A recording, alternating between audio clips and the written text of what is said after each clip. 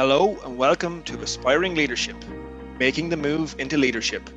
Each week, we'll be chatting with various leaders from all different walks of life, learning from their experiences and sharing their advice. It's the perfect podcast for somebody wishing to step into a new leadership role or for a leader who's already there, wishing to continue their development. Please like, share, and subscribe to the podcast. Happy Thursday, everybody, and you're very welcome along to this week's episode of Aspiring Leadership, making the move into leadership, the podcast that's designed for those of you who are already in a leadership role and who are wanting to continue your development. Those of you who maybe are at the moment in an individual contributor role and are considering moving into a leadership position, and also it's a space for the guests to be able to reflect on how successful they've been to this date. Want to thank last week's guest, Sean Smith, who's a brilliant story actually. He transitioned very quickly from education, had a part-time job in Sky, and now he's involved in a tech startup that's based in the agricultural sector. So really interesting story, and I'd encourage you to go back and listen to it. Has so many of the attributes that are similar in all of the guys who've been on the podcast to date. So this week's guest is Michael Stafford, who is the chapter president of ICF, the International Coaching Federation of Ireland. And the reason that I was chatting to Michael earlier this week is because next week is International Coaching Week, and coaching has had a massively positive impact on my life, and I've seen it have a positive impact on lots of other people's lives. And this celebration has caught my attention for the last number of years, and I've been involved with some small little projects in work around it. But I was delighted this year to be able to give Michael the opportunity to come on the podcast, chat about some of the work that the International Coaching Federation do within Ireland and across the globe, and also speak about some of the phenomenal events that are coming up next week. That's what really spiked my interest. Was Michael sent me a link with the list of events, and what really landed with me this year, especially for myself, is how accessible it all was. There's so many great talks happening over the next week. If we were in a normal, in inverted commas, situation and I was having to drive to those things, I wouldn't be able to go. But the fact that they're all virtual now, it's really leveled the playing field in that regard. So yeah, brilliant. And that's actually leading me to my coaching question. I was curious if there are things that previously in other years you didn't get involved in because geography and location were a challenge. What are some of the things this year that you're going to do that you hadn't done before, but now that COVID has given you the opportunity? So it's a real simple question, actually. What are some of the things this year that you're going to do because COVID has given you the opportunity that you wouldn't have done in the past? And again, when you're out for the walk, maybe there isn't something that you've planned yet, and that's completely fine. But I'd encourage you to look at your life right now and use it as an opportunity to adapt new skills and behaviors, and possibly do things that we'd have liked to do in the past, but we weren't able to because we're so busy. All right, I'm going to hand it over now to Michael, and we'll get straight into the chat. Hey, Michael, how are you? Thanks a million for making time to come along to this week's podcast. So we'll get straight into it, Michael, and your role as chapter leader with ICF Ireland. Tell us a little bit about that. Where do I start, Conor? Well, first of all, thanks very much for having me today, and I'm looking forward to our discussion. Jumping in, I suppose chapter leader roles vary depending on the role and responsibility that each of the directors have within that. It's all volunteering, and my role as of last year and this year as chapter president really focuses on ensuring the sustainability of the chapter and making sure that we are hitting our vision statement, our mission statement, and our strategic goals and objectives for the following 3 years. So when we met in 2020, myself and yourself, we would have been having a conversation around International Coaching Week, and that was due to happen in May. This year, well, fast forward a year and we're into 2021, and we've got International Coaching Week coming up, which I can talk a little bit later on. But we have a number of different leaders who, from all different backgrounds, apply to become a chapter leader. And in in that recruitment process, they go through an interview process, they go through the skill set that they will bring. We're very conscious that we don't want to frighten people off because, there's a big commitment from any volunteering position, but at the same time, it's very much focused on what can you bring to the chapter, and also what can we learn from you, and how can you service our members. Okay, loads to chat about there, Michael. First of all, a really simple question: what is ICF for those of the people who don't know that are listening? Oh, God. Well, ICF is the International Coaching Federation, and they are the largest or largest professional body that represents coaches around the globe. There's a number of different ones, like the Association for Coaching, the European Mentoring and Coaching Council, and so on. And then there's ICF. So ICF supports coaches by allowing them to become a member of a professional body, which then supports them with queries they may have in relation to coaching, types of coaching, training, credentialing, and finding mentors and supervisors, and also attending events around the globe that will support their continuous professional development in service of both their professional development, but also in service of the service that they will offer to their clients. Okay. And in your role within that, you mentioned that it's all about staying aligned with the vision, the mission, and the strategy of the organization. Tell me a little bit more about what those are in Ireland. Okay, well, strangely enough, we actually only when I say only decided, we updated our strategy and our mission when we met. So on the 14th of March, the board met, and on the 17th of March, this was last year, the board went into the country went into lockdown. So we ended up having our first meeting face to face, and then we haven't had any meetings face to face since, unless they were held over Zoom. But particularly what we're trying to focus on over the next 3 years in particular is looking at the mission statement of global, the vision statement of global. And when I refer to global, I mean ICF Global or HQ, and then aligning those in with the strategic goals for our chapter. So we wanted to focus really on leading the Irish advancement of the coaching profession, which is our mission statement. In relation to our vision, we recognize that coaching is an integral part of a thriving society, and in Ireland in particular, and that every ICF Ireland member represents the highest quality of professional coaching in that space. So we're committed to advancing the science and practice of coaching, but we work within the definition of ICF coaching, and we partner with our clients, in a thought-provoking and creative process. We have 4 strategic goals. I'll just really quickly go through them. Go for it. Goal 1, ICF Ireland coaches are associated with excellence, and then that has a number of KPIs attached to it. Goal 2, and I hope I get these right now. Goal 2, members of ICF Ireland have a sense of family. That was really important to us, that sense of community. And I also think, just like all other countries, family is very important to people within that country. But we wanted the sense of family to really resonate with our Irish community of coaches.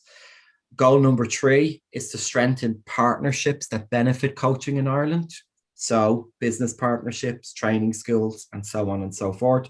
And then a goal number 4 is that Irish society thrives through coaching. And that's really, you can probably see from all of them, they're very much interlinked, and each chapter leader has different KPIs that have been assigned in relation to those goals. Some of the roles, i.e. president and vice president, are very strategic and top line in that space. And then some of the other roles are delivering on maybe 1 or 2 goals in their remit. Okay. Very simply, it sounds like it's all about the growth of coaching, both from a quality and a quantity perspective. Yeah, I mean, it's really, when I think about it, like when you think of our little island of Ireland, we've over 450 members of ICF that are aligned to the ICF Ireland chapter. Now, that doesn't sound like a lot, but when you consider that there's, over 30,000 members of coaches of ICF Ireland, and then that increasing in the credentialing, like the different levels of credentialing, your ACC, PCC, and MCC, It's not really the quantity, although that's important because we get rebates from ICF Global in terms of the people that align with our chapter. Mhm. But we have to get funding for ourselves, otherwise we wouldn't be able to deliver what we try to deliver in terms of those strategic goals. So yes, quantity is important, but quality is more important. We have a big focus on associating our coaches with excellence, and in order to do that, we want to make sure that as many people are going through the credentialing process as possible, because we believe it's the gold standard in coaching. That's our belief under ICF Global and ICF Ireland, and that's really what we want to try and focus on, increasing the credentialing element Mhm. of the coaches as well. Yeah, and I think when I refer to the quality, I just mean the growth of coaching in the way that we talk, communicate, utilize it, all of those positive offshoots. Before we started recording, Michael, you were chatting to me briefly about COVID and some of the work that ICF Ireland did to step up in relation to that. Tell me a little bit more about that. Yeah, so in God, it seems like such a long time ago, Colin, and yet we're still talking about COVID. But back in March and April of last year, when this really started to kick off, and we were hearing there was a lot of fear in the community, not just in the coaching community, a lot of fear in the networks that we all communicate in and that we're all part of. We, recently graduated coaches wondering what they do. Coaches that are a long time in practice, wondering how to pivot their business, and really try to focus in on what can we do to support our coaches, and not just our coaches but our community. And by community I mean the island of Ireland. So we initiated a campaign called Calm in Our Community, which was a series of weekly webinars. They ran for about, I think there was 14, but I could stand to be corrected on that. As president, I probably should know that figure off by the top of my head, but we'll go in with 14 as far as I remember Yeah, that that's a from the high rules. level view you have there. A high level view, and we focused on different topics that we felt people in our community needed to hear. So there was, down to mindfulness, there was down to meditation, there was down to mental health, down to COVID, pivoting your business, growing your business, realigning your business, and how coaches can support clients who may be going through change, and really trying to increase levels of, that sense of belonging, but also that it wasn't just about us. Because if we are coaches and we are looking after ourselves in service of looking after our clients, then the clients are able to serve their community, and therefore the community and the country grows in that space. That's really what we're trying to do. Yeah, and you know what, Michael, it's been a brilliant year for coaches in many regards because it is. I think people are so grateful for the opportunity to get coach and that safe space to be held for them, and again because coaches try to in general look after themselves so well, and that body mind connection, they can be, as you said, a great role model for anybody who's going through a challenging time as well. I have a previous mentor, Maureen Hewitt. She's from Positive Success Group, and she always refers to walking your walk, and it's something that's very much stayed with me. And I know from many other coaches in the network, it stays with them too. About, you've got to be able to believe in the message that you're trying to deliver. And we're not instructing people, we're not telling people. That's not what we do as coaches, but they see it. The connection is there, be it over Zoom. They see that you are that person. So if you're talking about self-care or they're talking about self-care, there is that connection, and you're really trying to make sure you're showing up in the best possible way, but also showing up in a vulnerable way, because we don't always have the best session, and that's okay. We're just human beings, just like anybody else in that space. But what we are trying to do is master our craft, and that's what most coaches, if not all coaches, are striving to do. Yeah. Um, you briefly mentioned previously in the chat we were having the chapter leaders, which I mistakenly called you. But tell me a little bit about that role and what they do. Okay, so each chapter has a number of what's referred to as chapter leaders, and those chapter leaders can have a different title or a different role within the chapter. And not all chapters have vice presidents, for example. Some chapters don't have They might not necessarily have a person that looks after ethics. It all depends on the number of people that have applied for roles within the chapter. But each person that is successful in the application for a role within a chapter needs to focus on the bylaws that are in place for that particular country and adhere to the guidelines and ethics and guidelines that are set up by ICF Global, but also bring their experience to the role. When we talk about chapter leaders, most of our roles are, well, all of the roles are volunteering roles, and most of the coaches are either internal coaches, they are external coaches, or a mixture of both, and they run their own businesses and so on and so forth. So they have all of that as well as volunteering their time in service of the chapter itself. We, like, the ICF Ireland chapter is in existence since 2003, and there's been many different coaches and chapter leaders that have gone through that, and we just want to all make sure that wherever we play our part, we are enhancing and growing the chapter as time goes on, and really trying to do our best for our members. Mm-hmm. And next week is International Coaching Week. What is International Coaching Week? Well, International Coaching Week is all about celebrating coaching, okay? But when we talk about celebrating it, it was launched in 1999, okay? Not just by ICF, by other coaching organizations like the Association for Coaching and EMCC and so on. But it's a week-long global celebration. And what it aims to do is educate the public about the value of working with a professional coach, and then acknowledge the results that and progress made through a coaching process. So ICF Global encourage the chapters to do as many events as they can to really bring that to the public domain. Last count, Connell, before we got on this call, I checked, and there's over 877 events registered on the ICF Global website. Wow. Which is a massive undertaking from all of the chapters. I do believe because of the pandemic, we are able to bring so much of that online, and therefore there's more being able to be celebrated. But you've got, coaching demonstrations, educational workshops, webinars, panel discussions with industry experts. You've got local communities like coaching circles, for example, doing smaller events that are supported by their chapter. And, I think in ICF Ireland, we have 15 actual events running next week, a mix, like a lot of variety, but really trying to get the whole package around what is coaching, how can coaches be better, what could you experience if you're thinking of working with a coach, and then also the self-care element, which I think is hugely beneficial and sometimes underrated when it comes to how our continuous professional development stays up to the level that it needs to be. And tell me, are there any events popping out at you for next week that you could recommend to people to go along and have a listen to or watch?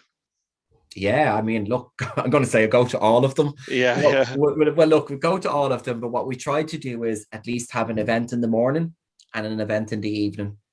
All the events will be recorded and they're all free. In particular, we're working with the Health and Social Care Leadership Centre up in Northern Ireland, and we're partnering with an event with them with Julie Starr. That's on the Friday of International Coaching Week. That's one that I'm really looking forward to. We also have our communities of practice, which, just to explain really quickly, communities of practice are within the ICF context.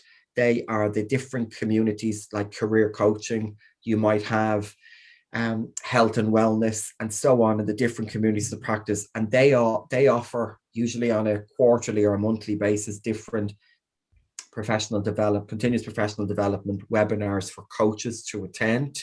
And we have secured all of them. So all of the communities of practice are going to be coming in on the Monday, and that's our opening event and talking about what that community of practice does.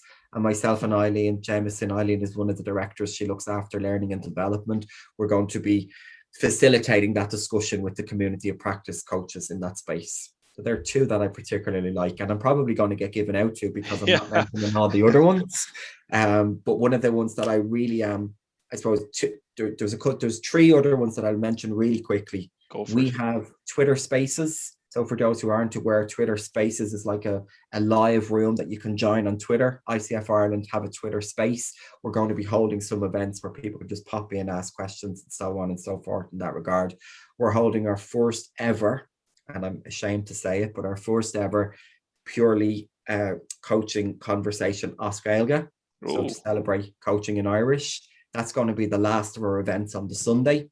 And that's happening with three lovely coaches from the ICF community who are going to be discussing their experience of coaching in Irish.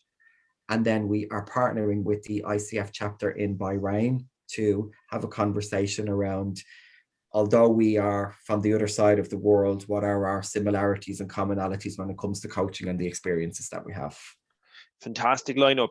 And actually, Michael, it was one of the main reasons that I asked you to come on. When you sent me that link last week, I was like, wow, there's some lineup here. And I 100% agree with you. Actually, the fact that it's virtual, I think, has made something like this much, much better. I could be wrong Agree. now. No, I think you're. Look, I think you're right, and I think people are we're able to reach more people now. Mm, There is a big desire for people to get back to face events, and I know even in our own coaching community, we're already talking about our conference that's going to happen in November, and we have an award ceremony. Now, last year that all went online. We had our award ceremony online. It was the first time we did all of our events online for our conference. But this year we might have a hybrid model. We're still talking about it. We don't know. It could be that we get to have our award ceremony at least face to face on a that'd be smaller nice. scale. But and even if we do, we might be able to do some of it online as well. So we're really looking at options. And look, anything's possible in technology, isn't that right? Big time. And it's leveled the playing field. Like if I see something next week that I want to look at in America, I can go to it now, whereas previously I wouldn't have been able to. Last couple of questions, Michael, and I'll let you go because I know you're very busy. You mentioned 2003 was when the chapter was founded in Ireland, so there'll be a 20th anniversary coming up. Any plans over the next couple of years?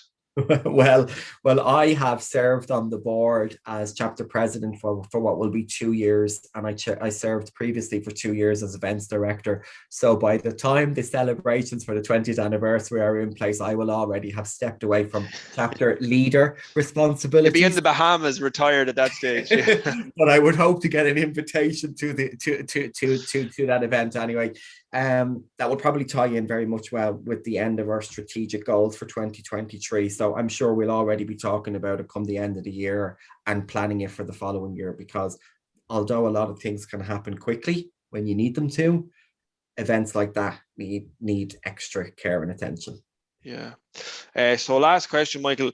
I'm sure there's lots of leaders listening to this, and some have actually texted me saying, "Oh yeah, I'm thinking a little bit more about this coaching thing since I've been listening to the podcast." But what advice would you give to a leader who's perhaps somewhat skeptical about coaching but thinking about it? Well, I suppose, okay, so when someone is skeptical, I would ask them to consider what is it they actually are looking for. So you can be skeptical about anything, but if you want to know what more information, I always find the best way to arm yourself is to get more information and then make a more informed decision. Coaches, especially ICF coaches, and we're focused on offering the best service that we can. Although we are self-regulated, the organizations themselves go through like extremely, difficult examinations. We go through continuous professional development criteria in order to renew credentialing. Like, there's a lot of science behind coaching, even more so. Last year, PricewaterhouseCoopers and ICF Global commissioned a report which is available. Coaching is increasing all the time.